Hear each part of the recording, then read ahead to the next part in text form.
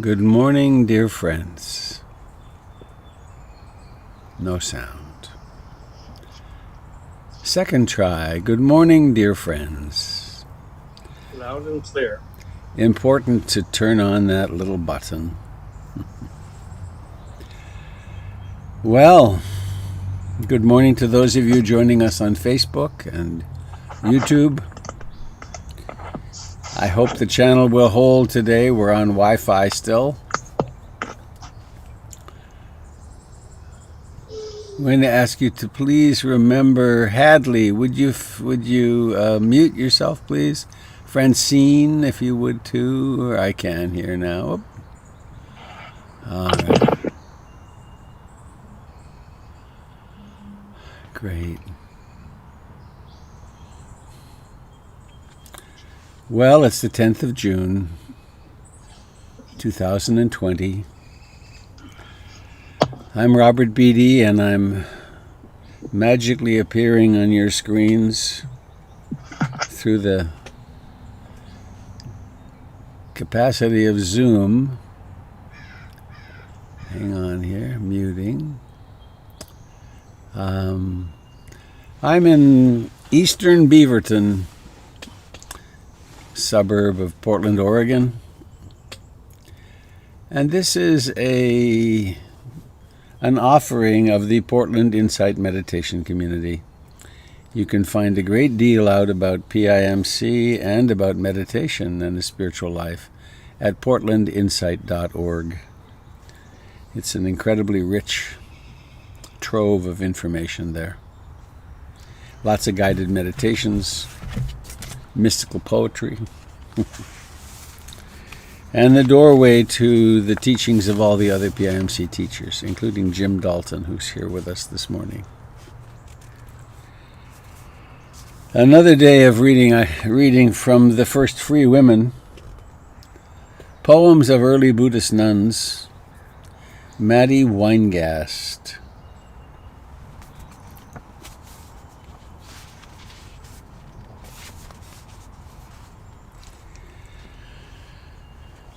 Yes, your daughter. By some road she came into this world, not because you asked her. By some road she left this world, not because you told her. In between her coming and going, she passed some time here with all of us. Oh, the places she's been. Next time she might be a lion or a god or a slave or someone's mother. Yours, perhaps. Then it could be your turn to die young and her turn to chase after you. If you really want to cry for somebody, why not cry for yourself? Why not cry for all of us who are just passing through? Fall on your knees and weep. Get it all out. Now, get up. You've got work to do.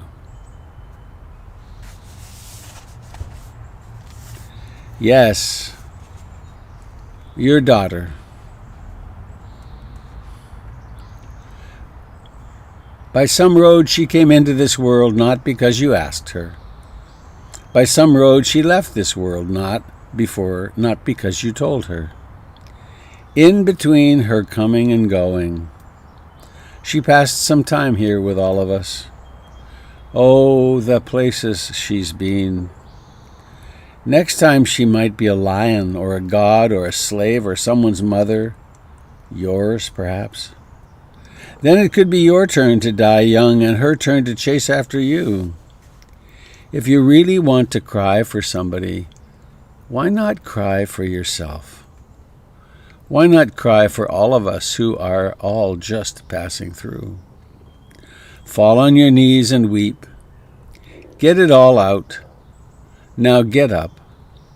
You've got work to do.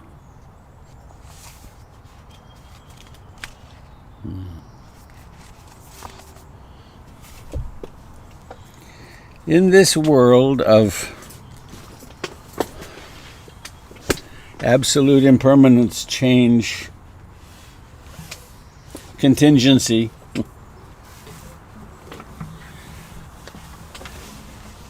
Where's the stable point? Where's the point where we get to say, I've arrived, I get to stay here now. I've achieved my goal. I live in a gated community now. My investment portfolio is at X dollars. None of my friends are sick or aging. I'm in absolute health. I just ran a marathon.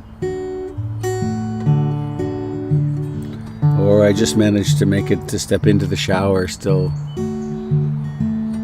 In what can we take refuge?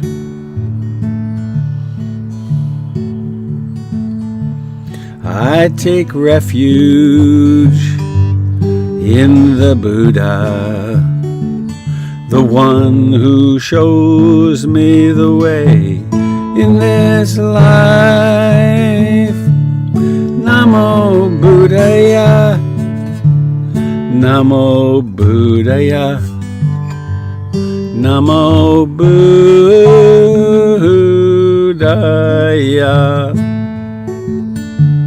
I take refuge in the Dharma, the way of understanding and love.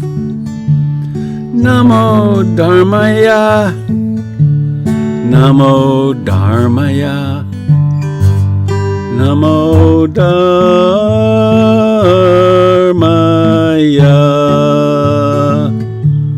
I take refuge in the Sangha,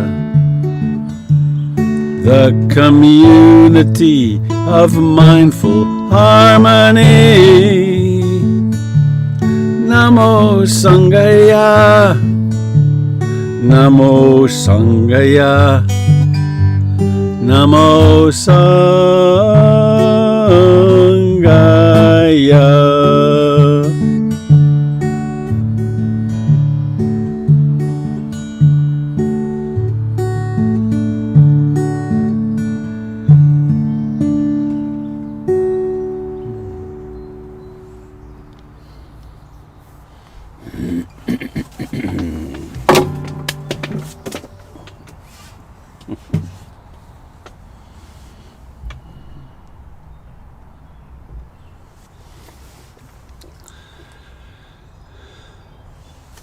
You've got work to do. What is that work? We could say it's the work of waking up. It's the work of remaining conscious during life's vicissitudes, the waves of gain and loss, sickness and health,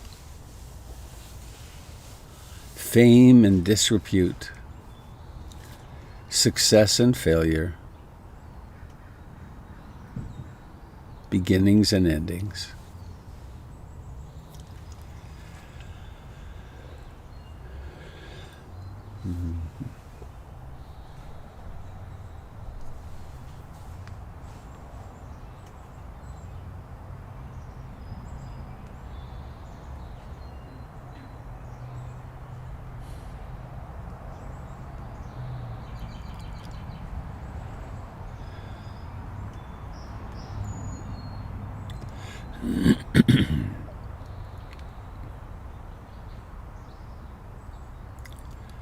This moment is exactly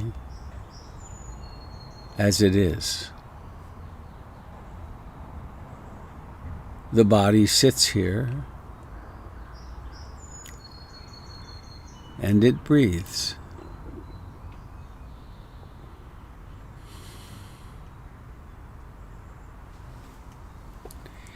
It is alive and there is consciousness that comes along with it.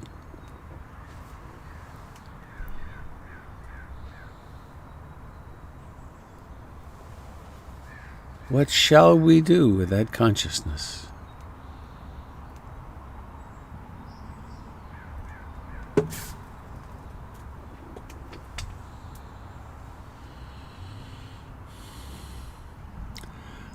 Why not pay attention?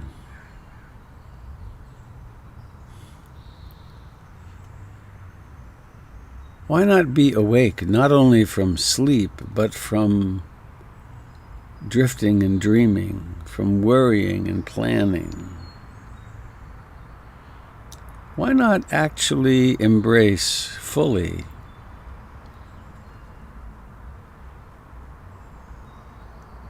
the sensations of life, breathing in and breathing out?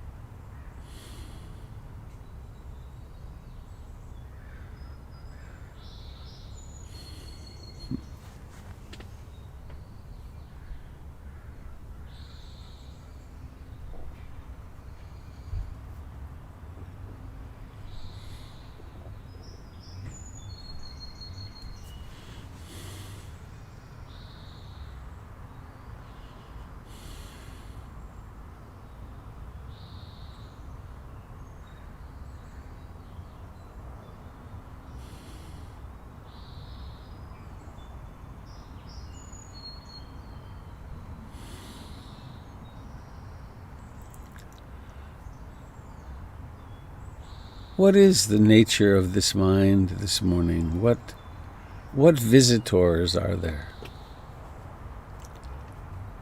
Is this perhaps a moment when concentration and mindfulness are in a great accord with each other and where the mind is quiet or silent?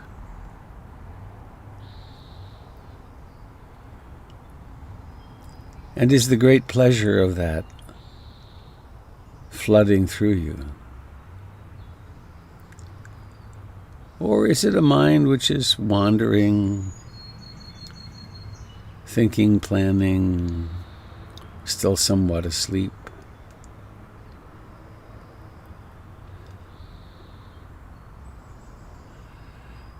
Is it a mind with some emotion that's strong?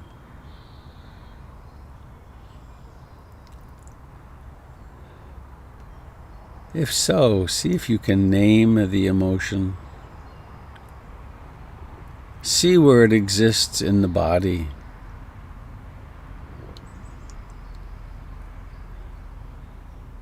And then come home. Come home and be absolutely intimate with that emotion. Know it to its depth. Embrace it.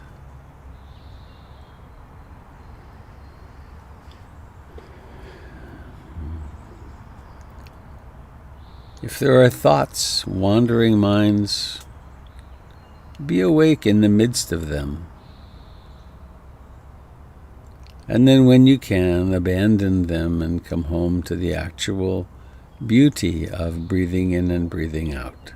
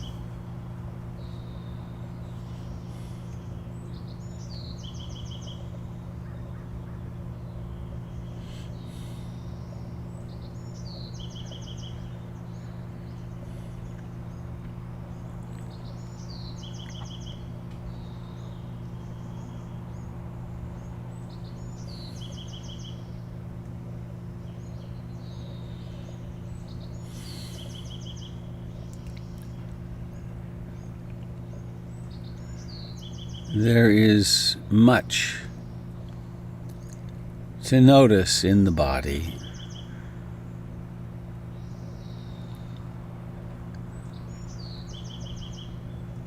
Notice that it is alive, it is life, from the tip of your toes to your shins and calves and thighs, from all the life in the pelvis, in the abdomen, in the chest and the back, in the fingers and hands and arms, in the neck, in the throat, and cheeks and lips, and the nose and the eyes and the forehead and scalp and ears.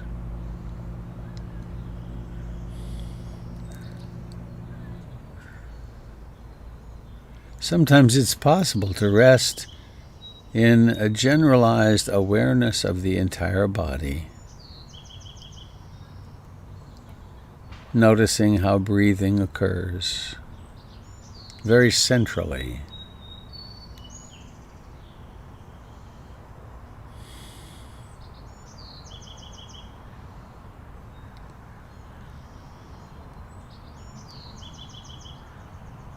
From this still point of awareness,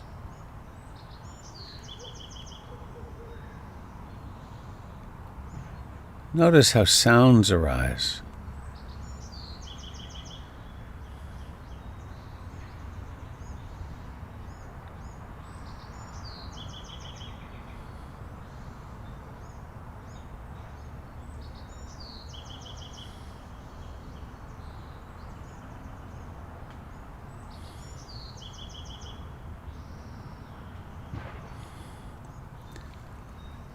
We can become aware of the sense of I.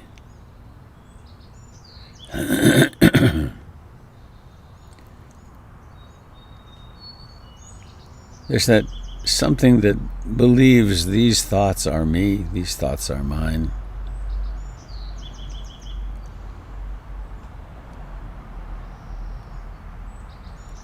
When in fact that which we are is unrelated to the contents of mind.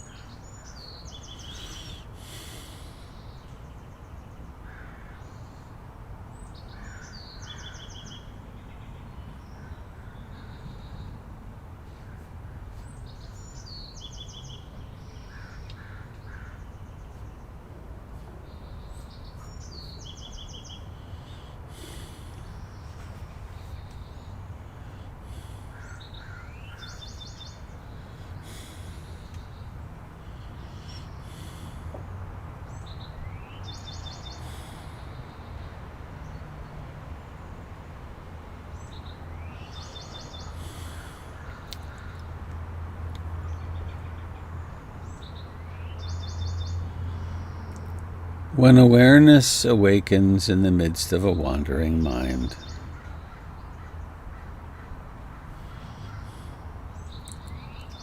it's not a success, it's not a failure, it's a great success. It's the light coming into the darkness of the world. It's dawn, it's sunrise.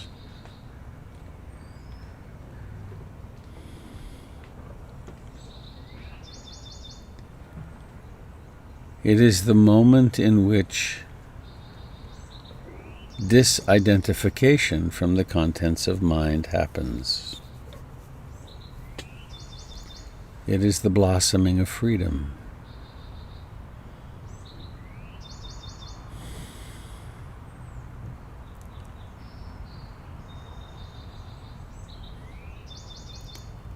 And we can become remarkably intimate with our life experience. We can embrace the emergence of the sensations of this breathing in, this body sitting here, fully. Fully, so there's no other desire in experience. There's just this.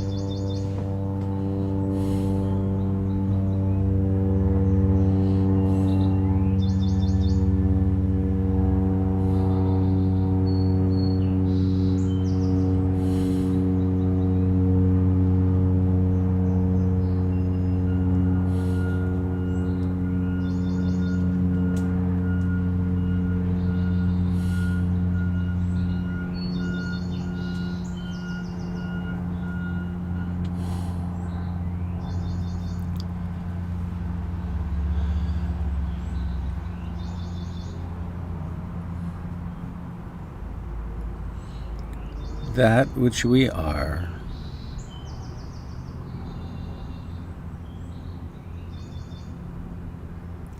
is an action term rather than a noun.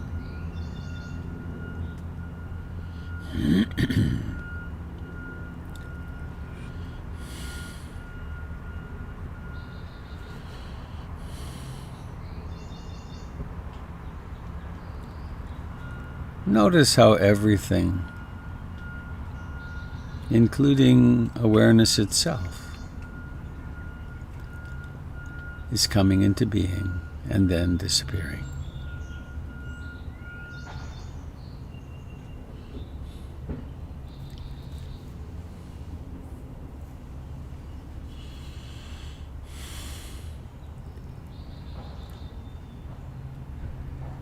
The Buddha taught that there are three primary delusions. And delusions are beliefs, ways of perceiving that we hold despite overwhelming evidence to the contrary.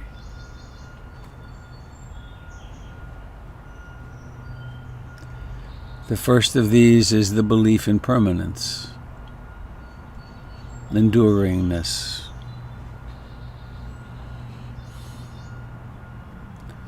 The second is the belief in satisfaction, contentment, not contentment, satisfaction, that I can get my desires satisfied and I will arrive somewhere and be satisfied. The third is that the self is enduring, is permanent.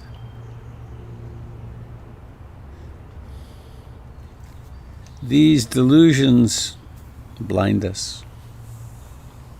They keep us from loving each other and loving ourselves. They keep us from appreciating the extraordinary beauty of the present moment.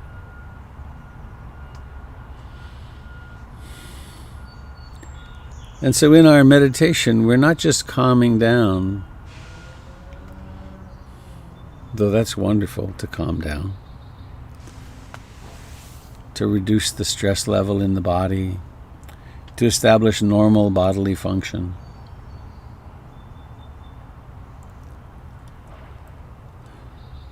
We're not just getting skillful perspective on our emotions and beliefs, and sorting out our personal neurotic patterns, though it is wonderful to do that. We are also in the school of impermanence, observing the truth of impermanence, of change, of contingency.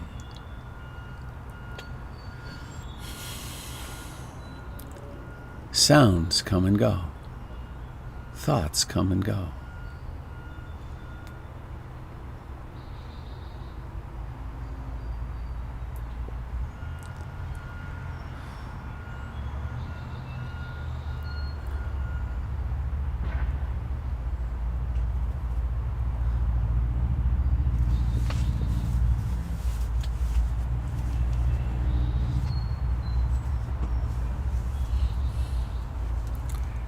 Please let us turn our minds and hearts toward thoughts of loving kindness.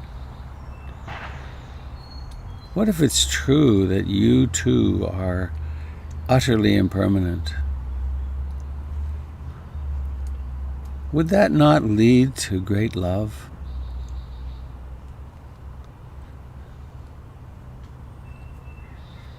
What if your loved ones are impermanent? What if we realize that they're not here for long? Would that not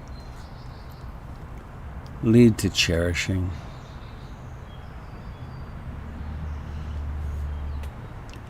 And the same is true for all beings on the earth, even those we think of as the enemy. We come into being, we do our dance, and then we vanish.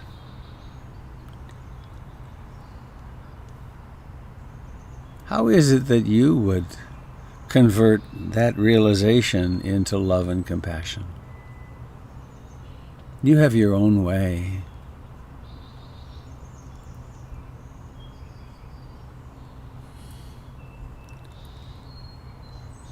And please now bring awareness into the face and the eyes. And notice the intention that's necessary for the eyes to open, and then notice how seeing winks into being. It isn't there, and then it is. You might do a meditation sometime where you open your eyes and observe seeing, and then close them and notice seeing vanishing. Do that for 100 times sometime. Slowly. Seeing and then not seeing. What's happening?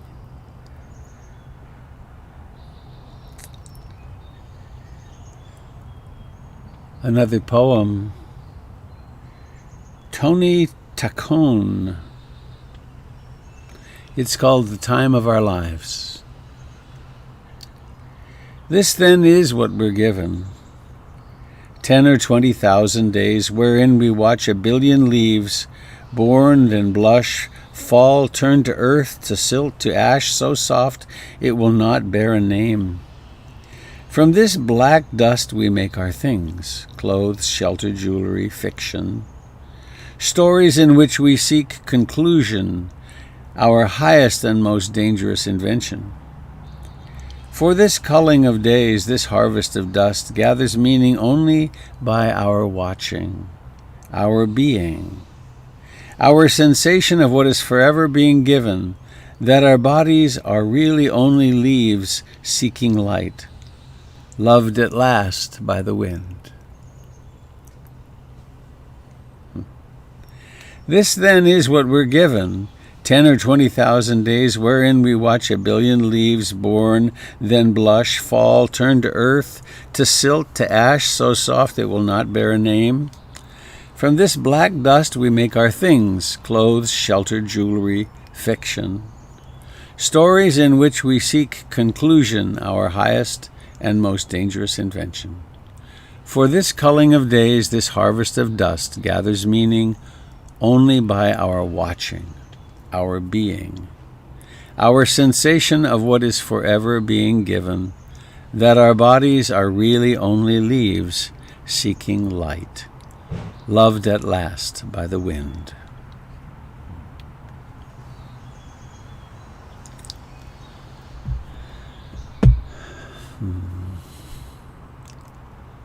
I've had several encounters. Well, my passport has expired. So I went and did the ritual at FedEx office, and they gave me the pictures, 2 of them. They are pictures of an old man. And it was shocking. I look at myself in the mirror every day and I'm this. But somehow or another, those pictures they're a lot older than the previous passport 10 years ago. There's a lot of sagging. And there's some bruising here. And it was very sobering in a way. And then I found myself really looking at them for a while.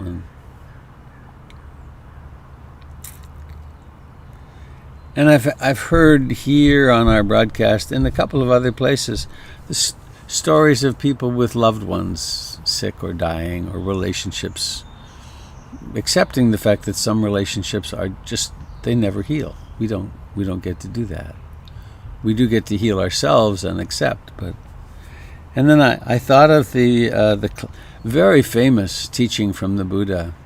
It's the story of Maya Gotami, I think is what it's called. And it's the story. It's the story of everyone. A young mother comes to the Buddha with the body of her child who has died. And she's freaked out. She's hysterical. She cannot accept this. How can we possibly accept? My child has died and they're in my arms. And how can this be real? It can't be. And so the Buddha says, I'm sorry, I can't do anything about that. And she said, but you're an awakened being. You have psychic powers. Bring my child back to life. And she insists and insists. And finally he says, okay, I'll do it. But in order to do it, there's a ritual I must perform.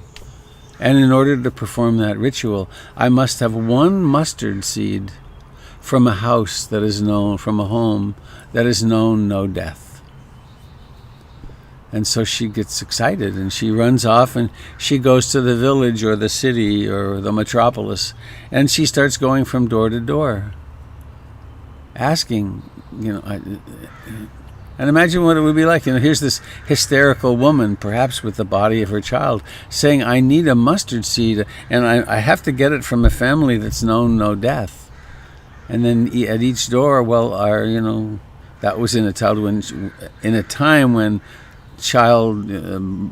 death in childbirth was very frequent, and anyway, there was a lot more death available, apparent. And time after time, she was disappointed. And finally, her denial broke, and she went to the Buddha and said, okay, I get it. And she ordained, and she became an awakened being. There's a similar story in, quote, real life. A very famous teacher called Dipa Ma, mother of Deepa, who I met. I spent a day with her in Calcutta a long time ago. Over the course of a year, I think it was, her husband died, and then her two grown sons also passed away, all at separate causes. And she completely crumbled. She was on the brink of death. And I forget how it happened, but she wound up going to Burma and practicing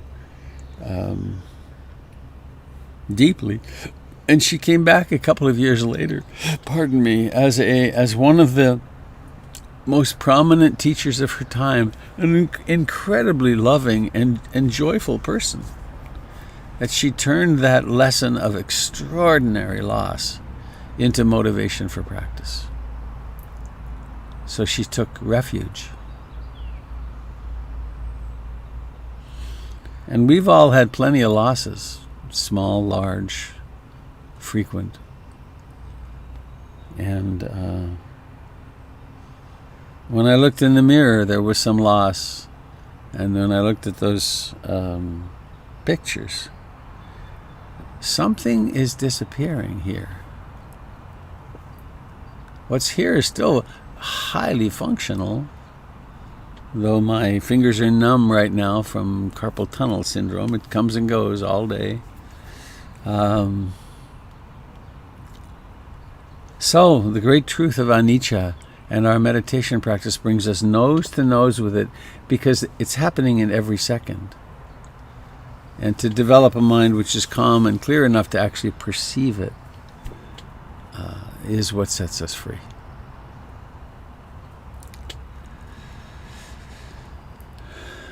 The sun is on my tent right now. It's amazing how it gets hot so fast. It's beautiful.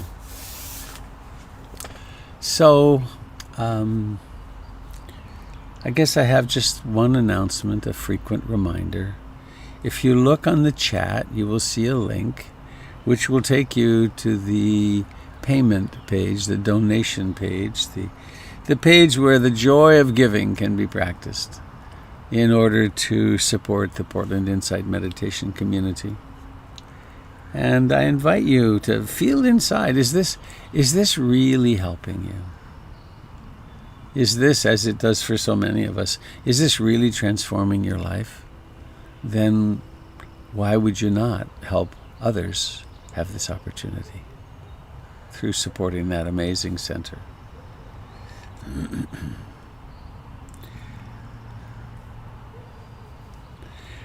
There's some opening happening here in Multnomah County. We actually went to a restaurant in Washington County last night. The place was empty. We were one of two families. It was my stepson Adrian's 16th birthday. 16 already. Amazing.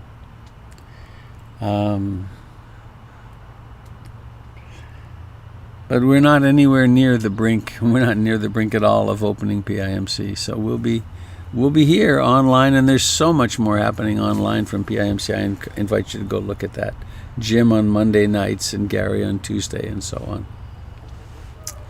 So I think that's what I want to say this morning. Nietzsche, impermanence. The truth of it shines at us like with the light of a million suns, said Ajahn Buddhadasa. And so now to you, what's happening? Do you have questions, comments, complaints?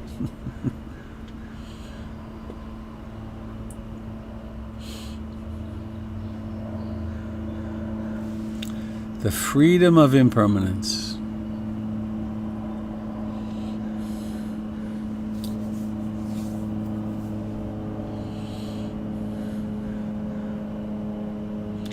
If you wish to speak, please simply unmute yourself, and there you'll be. I think. Let me be sure I have my... There. We hear you, Tim. Hi, Robert. It's Tim. Hello, Tim. Tim Hi. Blood and Eugene. Yes, hello, my friend. Hi there. I've been thinking about our conversation yesterday about family members. I too have a brother who's a Trump supporter in North Carolina, and I've been dialoguing with him and sending him articles and trying to get him to see the light. And I go through phases of, Larry, I'm just going to give up on you. And then something comes along and I think, well, he can't deny how horrible this is. Uh-huh. You know? If I send this article about all these church people opposing Trump, that will get him because he goes to church and so on and so forth. And I agree that we need to. It's just such a delicate balance for me of reaching out, of realizing the privilege I have to be silent about some of these issues, and yet to take care of ourselves as we've talked about, but also to remain hopeful. And he actually texted me the other day and said, Tim, I think I may be seeing, he used the term, the light at the end of the tunnel. and it was the tear gassing of the people across from the White House and the holding up of the Bible and so on, that I think is finally maybe getting him to see, in my opinion, see the light. The light. So I guess I would just encourage everybody to be aware of opportunities to maybe slip in a little bit of truth to those people in our lives that are that believe very differently. Thank you. Yes.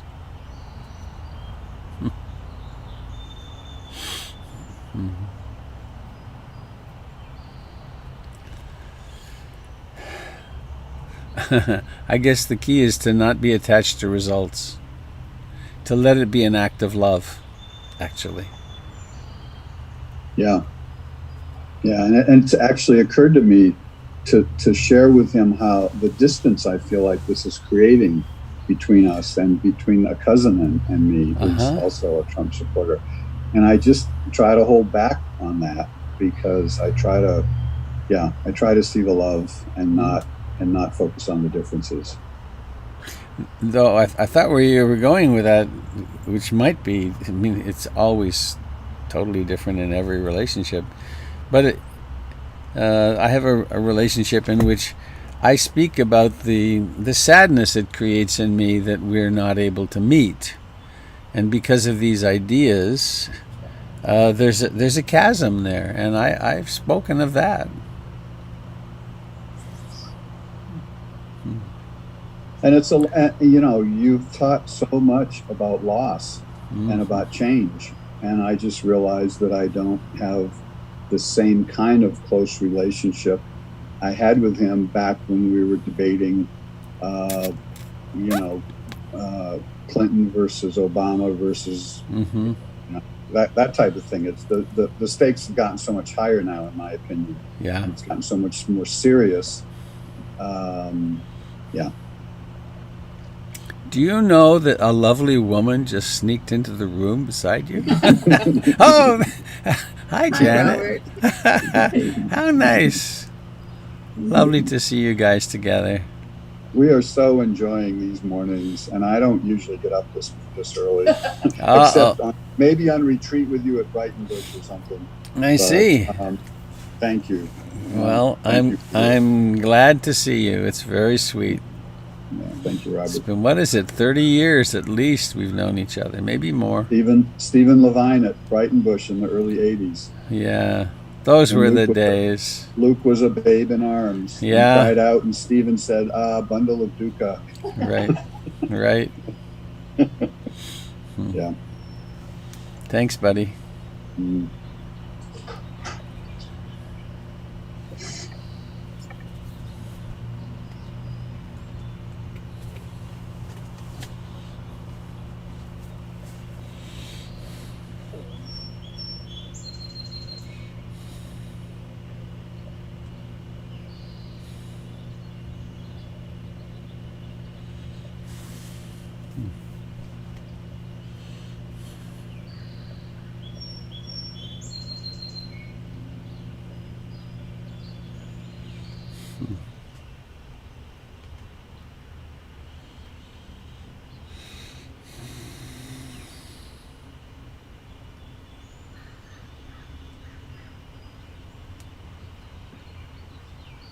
Hi, this is Susan. Hello, Susan. Hello, Robert.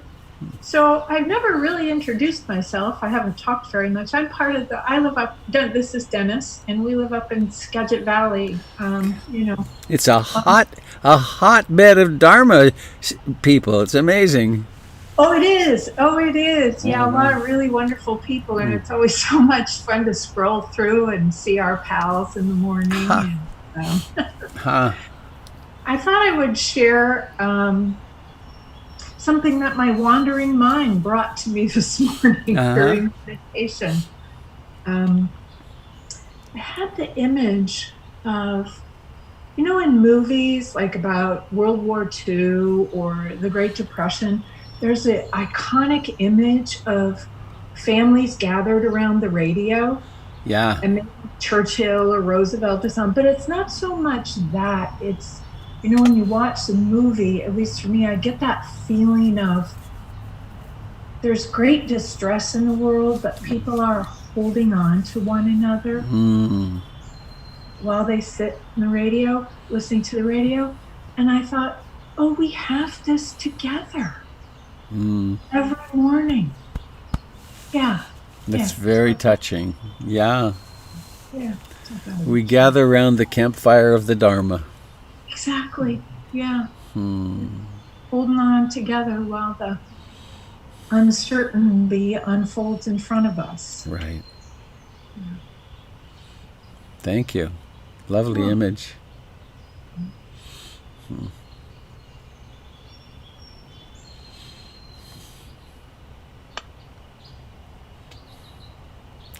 Is that a peony over your right shoulder, your right side of your head? Oh my gosh. You asked me that a lot, well, it feels like a long time ago. I just love it. It's so beautiful. It has a lovely story. So Dennis's niece painted the painting. And the story that she tells about it is that her husband gave her a bouquet of roses. Yeah. And she threw them on the compost heap. And when her daughter, so this happened when her daughter, who's like 16, was about 5. Uh-huh. And daughter brought in, you know how when roses fade and they, the petals fall apart, but Right. there's the beautiful little things that stick up and leaves are still there. And her daughter brought him in and said, Mama, Oh. look what I found. And Temri is the artist name, Dennis's niece. And Temri said, I just saw them with my daughter's eyes. What I thought was nothing and threw on the compost heap became, something. So it's actually the center of the roses that she then turned into what her Wow. 5-year-old daughter saw. Well, that's a lovely image of impermanence, isn't it? Wow. It is. Thank you.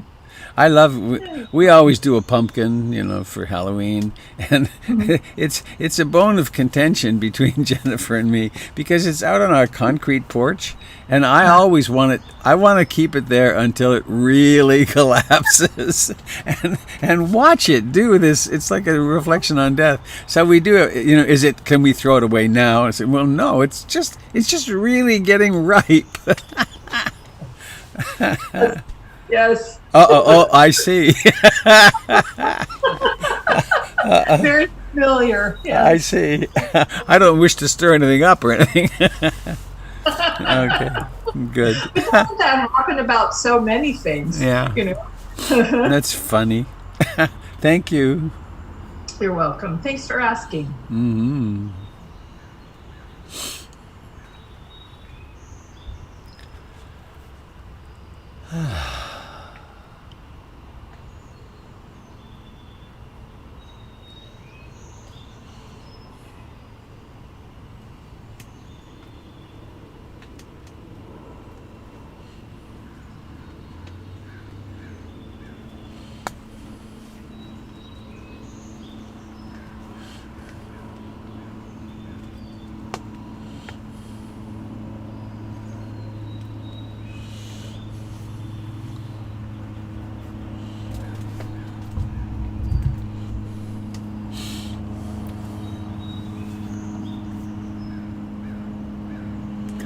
No idea why this is coming to mind right now. There's no reason, perhaps, but 2 days ago, a slight motion distracted me and up here to my right side, and I have a large computer monitor here, a very clear Dell monitor that I use in addition to my screen when I'm working here and writing. And there was a large moth, about almost 2 inches long. I mean, it was huge moth, a being. It was so clearly a being. And I thought, oh man, you're stuck in here. How am I possibly going to get you out of here? And then I decided I'll just reach up very calmly and see if I can pluck you off and then take you to the door. And to my great amazement, as I got close, the moth fell off, went down toward the floor, went behind me, and there was a crack this big in the door and went right out the door. And I had this sense of great joy. It's like, oh, great. The moth wasn't lost. But I don't know what's so touching about that, but it was very beautiful. Big creature.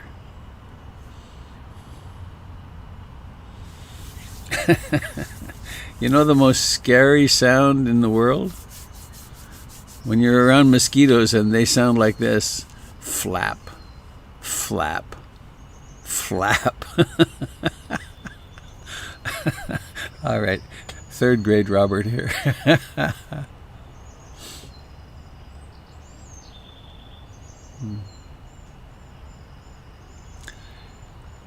Anybody else have anything you'd like to share? Good morning, Robert. It's Rebecca. Hello, Rebecca. I just wanted to say that there are many of us joining you on the sagging jowl journey, and but I wanted to say that when I see your face on my monitor in the morning, I just see your calm composure, gentle, patient wisdom, and it's your spirit that comes through. I don't see your physical your physical being is not the main thing that strikes me. It's your spirit that comes through, and it's very beautiful. It's more beautiful than it was 20 years ago, I bet. I mean, I bet it just gets better all the time, you know? So thank you for that. Thank you. That's very sweet. Getting to love each other. Isn't that something?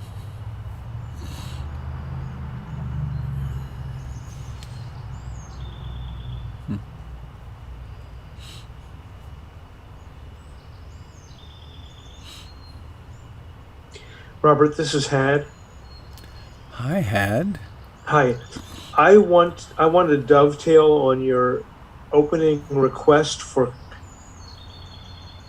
Donna for contribution, and I just want to share with people. I've been sitting with you and learning the path of the Dharma since the early 90s, and I want to let people know that I have been fully served by my following this path, and I want to encourage people to contribute if they can. I want to let people know, if they don't know, how you personally have always freely given your time.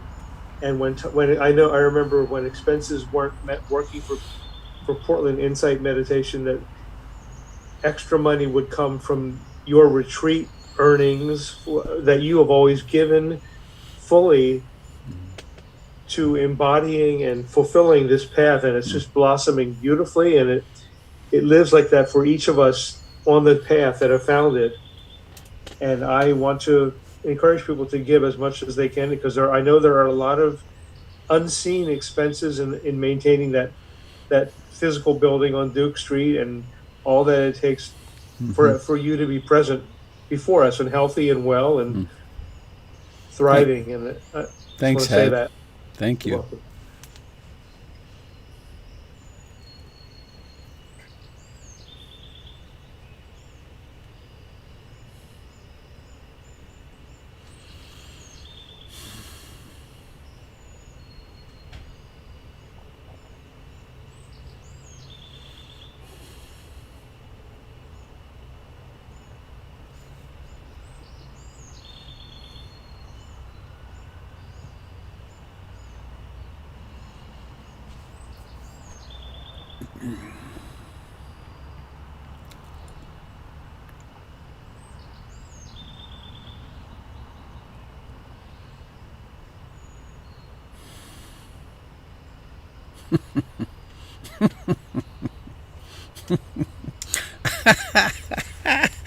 Oh dear. I was at my office yesterday. I was sitting with the Zoom window open, waiting for someone to connect in, and I fell into this place of just such ease, just and I opened my eyes, and I thought, that'd be a great picture of me. So I used the screen. I didn't shift my face. I just stayed quiet. I did the screenshot thing, and I sent it to my children. And what I got back was, "Oh, honey, you look so tired." And from one of my other people, I got, "Are you angry?" And it was so hilarious, because I realized that my face was a Rorschach ink blot that you could project anything on. Oh dear. And inside was this quiet and ease, and that was funny. I don't know why it's so funny, but it was hilarious.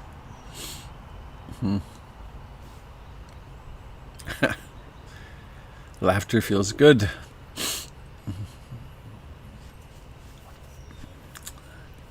I've done the same thing, Robert. Watch. Oh, no, it didn't show up. Never mind. I took a picture that I thought I had on here. It's on my iPad. Anyway, it's a real shocker, because I was feeling really good inside, and then I took it and sent it to my family. And They said, who was that old geezer?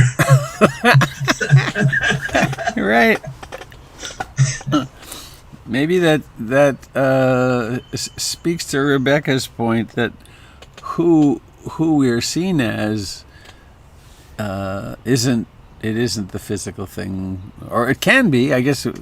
Anyway, so we're a little after 8. Anybody? Is there anything someone would like to share that would be important to get out between us rather than caught within one person?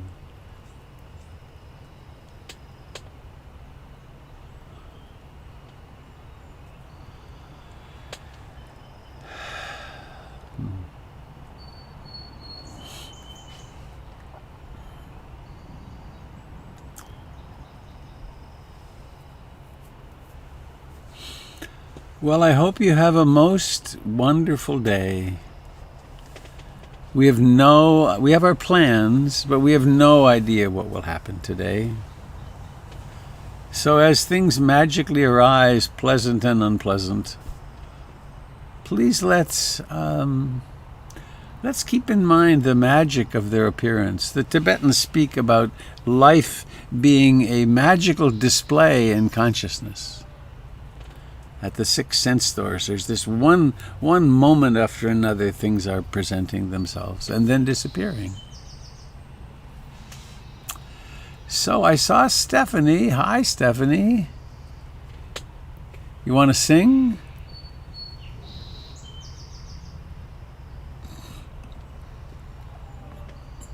Here we go. We're all unmuted. May All beings be happy. May all beings be happy. May all beings be happy. Sadhu, sadhu, sadhu. Hey, Russ. Hey, Stephanie. Bye, everybody. Bye. May we all be safe. Good day. Bye, Please, Sangha. please let's Bye, remember our masks and hand washing. It still really is a pandemic. And smiles help too. Bye Yes. bye. Even though they're hidden by the masks. Here we go. Bye, Beverly. Bye then. All right. Thank you, dear friends on YouTube and Facebook. I hope you too have a fine day, and may the freedom of realizing anicca be all of ours. Good day to you. Whoops, wrong mouse.